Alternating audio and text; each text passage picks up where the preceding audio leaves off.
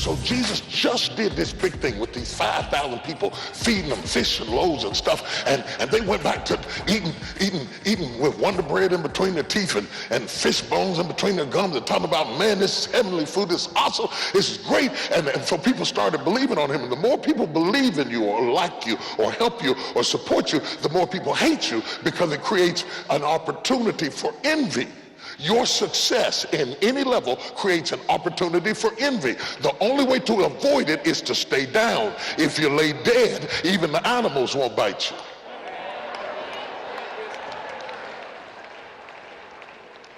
The risk of being bitten is the cost of getting up. Do you hear what I'm saying to you? And you have to decide, are you so concerned about being bitten that you're willing to spend the rest of your life laying dead, or is there something pumping down inside of you that says, bite me or not, I'm getting up. I'm going to be the best me. I'm going to do all I can do, even if it risks you hating me. I'm going for it. That's the choice you have to make, or don't get in the game. Jesus now is hated in Judea because he just fed these thousands of people and he's working these miracles. And so it's not wise to go to Judea. Okay? It's not wise because they hate him in Judea. Now, it's not the church folk kind of hate. Because church folk hate you and grin in your face. That's true. This is that real dangerous hate you. They wanted to kill him. Talking about me at the barbershop is one thing. Stabbing me in the chest is a whole different reality. They wanted to kill him. The atmosphere, I don't even know if they played on TV. There was a movie called Spartacus. It sets you in the era that the Bible is written. They didn't take no junk. They cut your head off. It was dangerous to go to Judea. Here comes a Feast of Tabernacles. That means everybody is going to Judea. And now the one who has the most to say can't go to Judea without risk.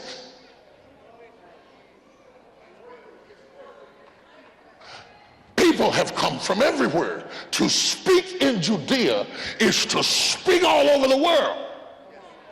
But if he goes to Judea, they are going to kill him. Isn't it amazing how your life, when you finally prayed and prayed and prayed and you finally get the opportunity you've been waiting all your life to get, if you reach out to take it, there's a threat? Does anybody know what I'm talking about? It's a risk. You pray, let me just give you some scenarios that are practical. You pray, Lord, I want this career opportunity. I want this door open. I'm believing you for this position. And oh God, if you could just give me this position, I am the perfect person for this position, and it will be perfect and everything will be wonderful and I can step into that role. But you didn't know that something in your family was going to go crazy when it did. And if you take this position, you could mess up everything at the house. And so you're standing there like this.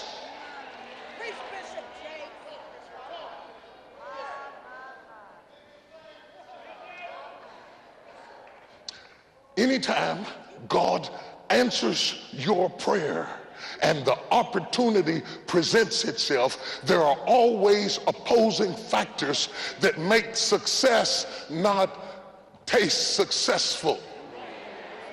Success will taste stressful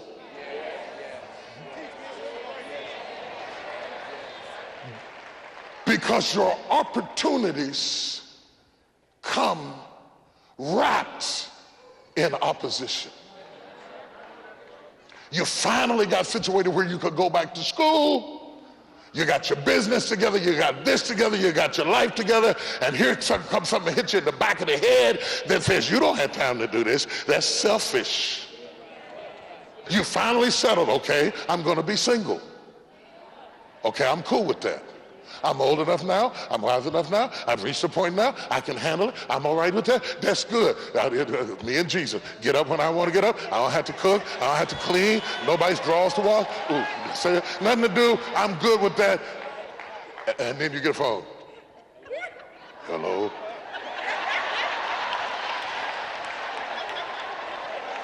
Who is this? Maybe you know who this is.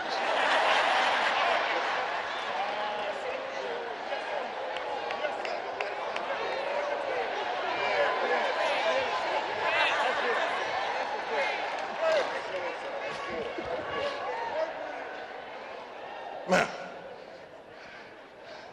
the advisors say to him, this is very important.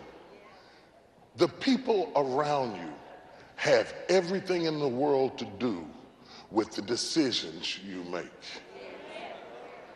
To have access to the man of God puts him at risk because he is most vulnerable to the people that are closest to him. For the people he has around him says, look, Jesus, let me tell you the truth. You're doing the right thing in the wrong way. The miracles that the people need to see to believe in you, they don't get to see them because you're always doing them behind closed doors. You told the man that you cast the demons out of the tomb of Gadarenes. You sent him home. We could have used him. The last person you healed, you told them not to tell anybody. That's why they don't believe in you, Jesus. Your own brothers don't believe in you. It's time for you to face the facts. You healed that woman with the issue of blood and didn't even do nothing with it. She just got her healed. We could have used her testimony. You didn't say nothing about it. You keep doing your greatest stuff in private, Jesus. That's what's wrong with the movement.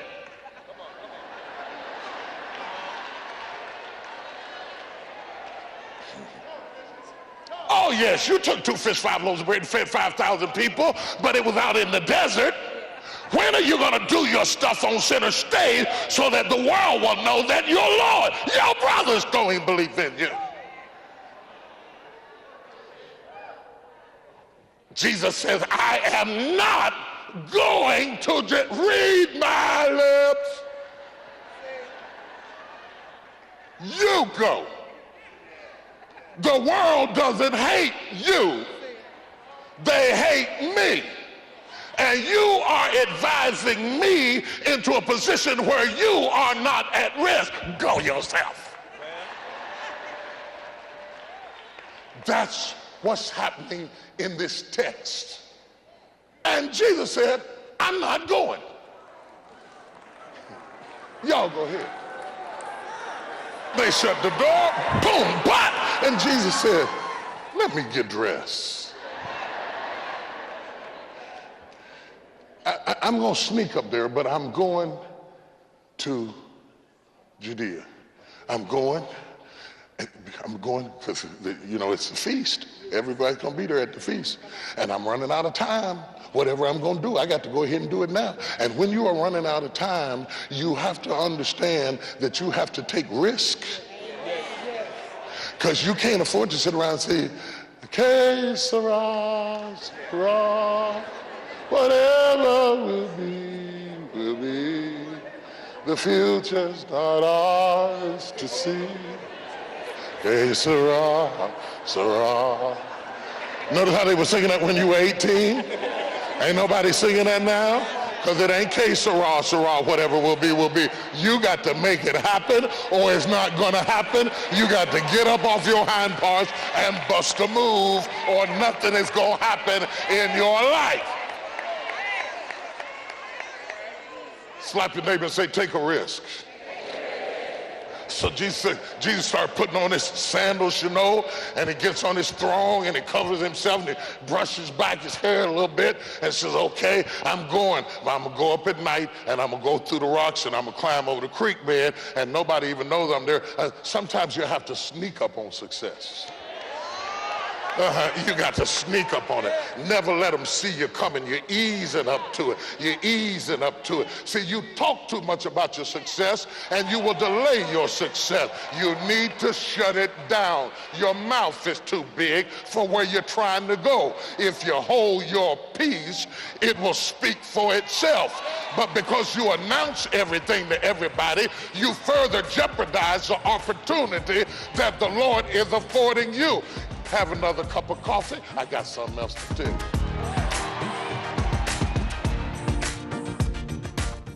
Ladies, I'm so excited to have this opportunity to tell you about the Woman Thou Art Loose Masterclass. If you're a woman that's upwardly mobile in corporate America, in the church, in the kingdom of God, or you're opening a business, you're finding yourself with new levels of stress, pressure, and demands, I want to give you a masterclass opportunity. I'm bringing the best of the best from every arena to come into one space just to train you, sharing their story, helping you to evolve into the woman you were created to be. Seats are limited.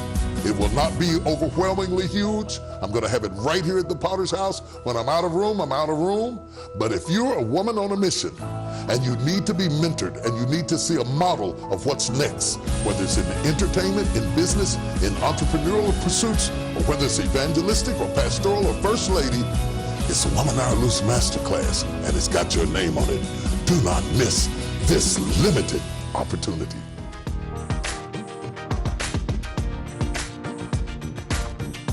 God is masterful at hiding stuff. We talk about God exposing stuff. He exposed himself. He spoke, peace be still, and the winds and waves laid down. He exposed, it's a ghost. No, it's Jesus. Bid me to come. We talk about him exposing stuff. We never tell you that God hides stuff. God hides stuff. God hides stuff. Oh my God, he could hide better than my mother. My mother could hide stuff, the FBI couldn't find it. Mama had stuff you had to go in the room and you have to go into deep meditation. You'd have to lower yourself down to her height and then do an aerial scan around the room. God is masterful at hiding stuff. Think back to the book of Exodus. When the Pharaoh, do you know how strong the Pharaoh was? Do you know how powerful the Pharaoh was? If the Pharaoh said something, you did what the Pharaoh said. The Pharaoh told two little women, kill every male Hebrew child born. You didn't argue with the Pharaoh. It wasn't like you was going to jail. The Pharaoh would cut your head off, feed your kids' liver to you down your throat. The Pharaoh was the man, absolute, total monarchy and complete control. And yet these two women decided, no, we're not doing that. And so they lied. I ain't gonna go into that. They lied a little bit. They said the Hebrew women are lively, and when they give birth, by the time we know anything, the baby just jump out. Baby just jumps out. Just, I'm out. Old dumb Pharaoh, he had a lot of power, but he didn't have a lot of sense, and he didn't know nothing about women, so they didn't know how to argue, so he said, okay, stupid. So now he says, watch this, he says, every male child that popped out, kill him. Before he's 2 years old, kill every last one of them. And God let Moses pop out and hid him in the house. Now don't think of your house because you got too many rooms. This is the Hebrew slave house. Where do you hide a baby in a Hebrew slave house? Most of you have seen what African-American slave houses look like. This is a Hebrew slave house, thousands of years ago. Where you put the baby? God is masterful at hiding stuff. They searched the tent, they couldn't find it. The baby was hidden in the house. Then he takes it from one hiding and hides it in an ark and puts it in an ark, a mud-covered, wood-framed artifact that was made to put things in that would float, and put it in the river with snakes. Your baby now Picture your baby, your newborn 3-month-old baby is floating down the river with alligators in the tempestuous rivers of the Nile. And God hid that baby, that opportunity, with nothing around it but opposition. And God let it float through stuff that should have killed the baby. Is there anybody in here that has floated through some stuff that should have killed you, but God hid you and kept you alive?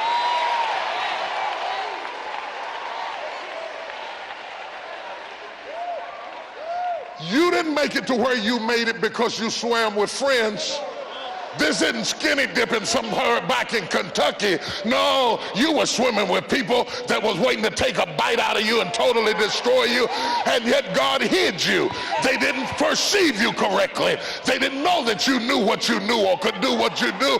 God will hide your greatest moments in a mess. Your greatest opportunity is always surrounded by woulda, coulda, shoulda, might, suppose, what if, next moment, can't be sure, anything can happen at any time, and yet he'll let you just slide right through it. Just slide right through it. And then point 3 in the Moses story, of all places to hide Moses, God now hides Moses in Pharaoh's house.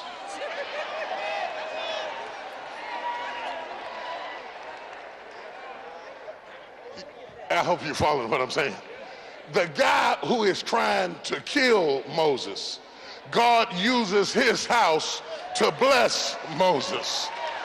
The guy who is searching everywhere trying to find where Moses is, don't know he in the next room. His mom and them nursing him, and your daughter is paying the bill. God is masterful at hiding stuff. He said, when I got ready to come into the earth realm, I hid myself. I wrapped myself up in flesh. I didn't move into the palace. I moved into the house of a carpenter. I was born of a virgin named Mary. I couldn't go to a medical facility. I gave birth to myself in a barn. I wrapped myself in swaddling clothes. I lay with goats and chicken and horse manure. They were looking everywhere for me, and they couldn't find me. I walked amongst them, and they did not recognize me. I healed amongst them. And, oh, your son, brother.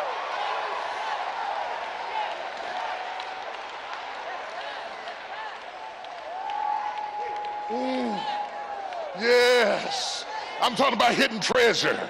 I'm talking about hidden treasure. God is masterful at hiding stuff.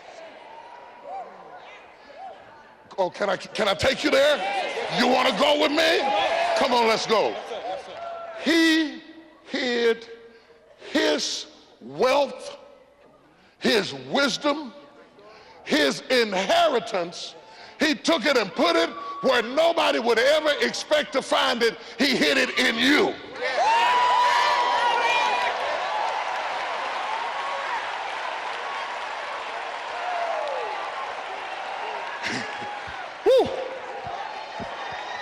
So Paul says, I pray that the eyes of their understanding might be enlightened, that they might know what is the hope of his calling and what is his riches in the inheritance of the saints and the exceeding greatness of it. Let me use another one. Eyes have not seen, ears have not heard, neither have entered into the heart of man the things that God had prepared for them that love him.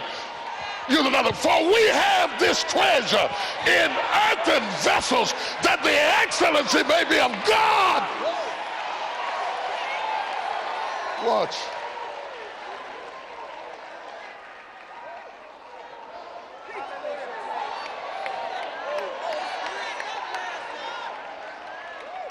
There is a cure for cancer.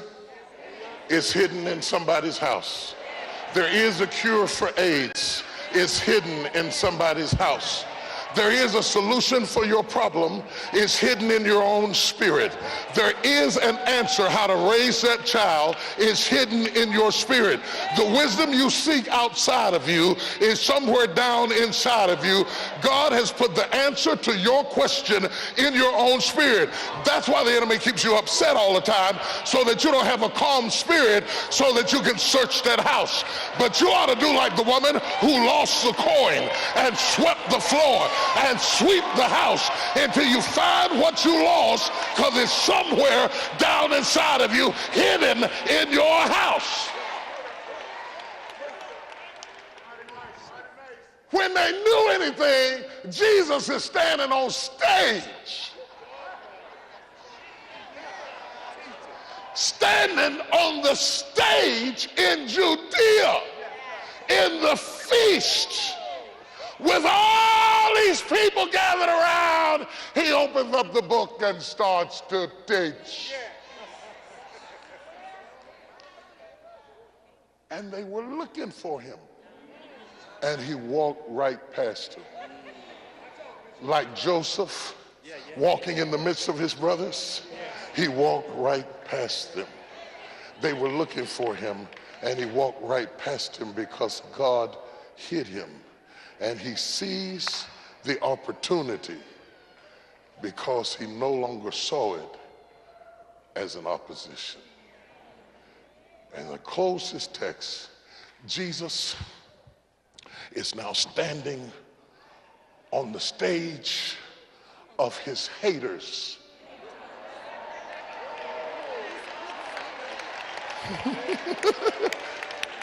Oh, if we had time for another cup of coffee, I could tell you time after time after time after time, God led me and moved me and sent me this way and that way. And when I looked around, I was standing on the very stage that they said they'd never have you standing on. Because if God be for you, he's more than the world against you.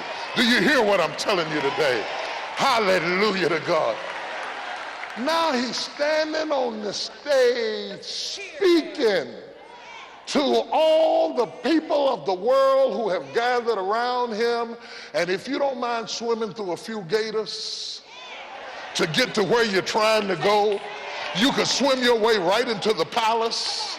You could do like Moses and be educated like an Egyptian child, though you are a Hebrew, and come out speaking in all kinds of languages with all kinds of authority and government and leadership skills that your people never got, because God let you swim through the snakes that they were afraid to swim through, and you could stand in a position of power that you never stood in before. If you can see opposition as an opportunity, you will have the power and the charisma and the education and the intellect and the articulation to speak to kings and princes, because they would have killed you if they'd have seen you coming. But God hid you in the house and brought you up through the process, and there you are, standing in a place where your grandmama never thought you'd get, and your mama never thought you'd get, and your first boyfriend thought you'd never get there, and your ex-wife hates it.